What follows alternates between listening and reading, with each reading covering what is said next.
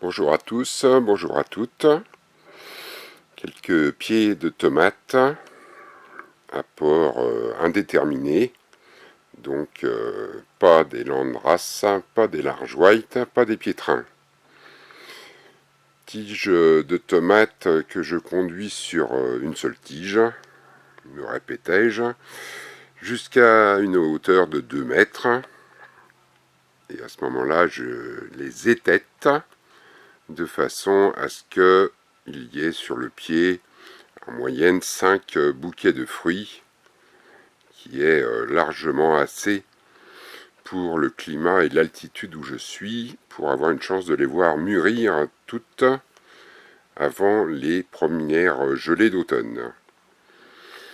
Donc sur une seule tige, et on en vient donc rapidement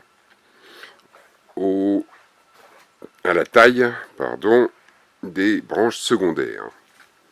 Donc à l'aisselle de chaque feuille ou presque pousse une tige secondaire, comme celle-ci par exemple, qui est constituée par une feuille alterne, et rapidement par un nouveau bouquet de fleurs qu'on distingue peut-être pas bien, mais qui va former de nouveaux fruits.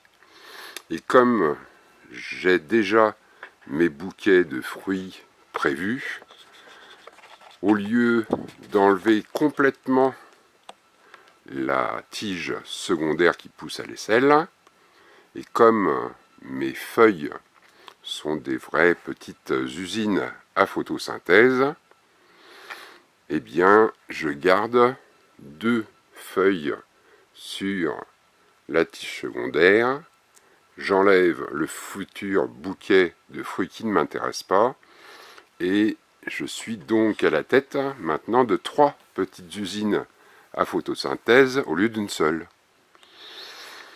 Ensuite, autre avantage de cette façon de faire, c'est que plus tard, les feuilles qu'on va appeler primaires, telles celle-ci, étant plus vieilles que les feuilles secondaires, on va les appeler comme ça,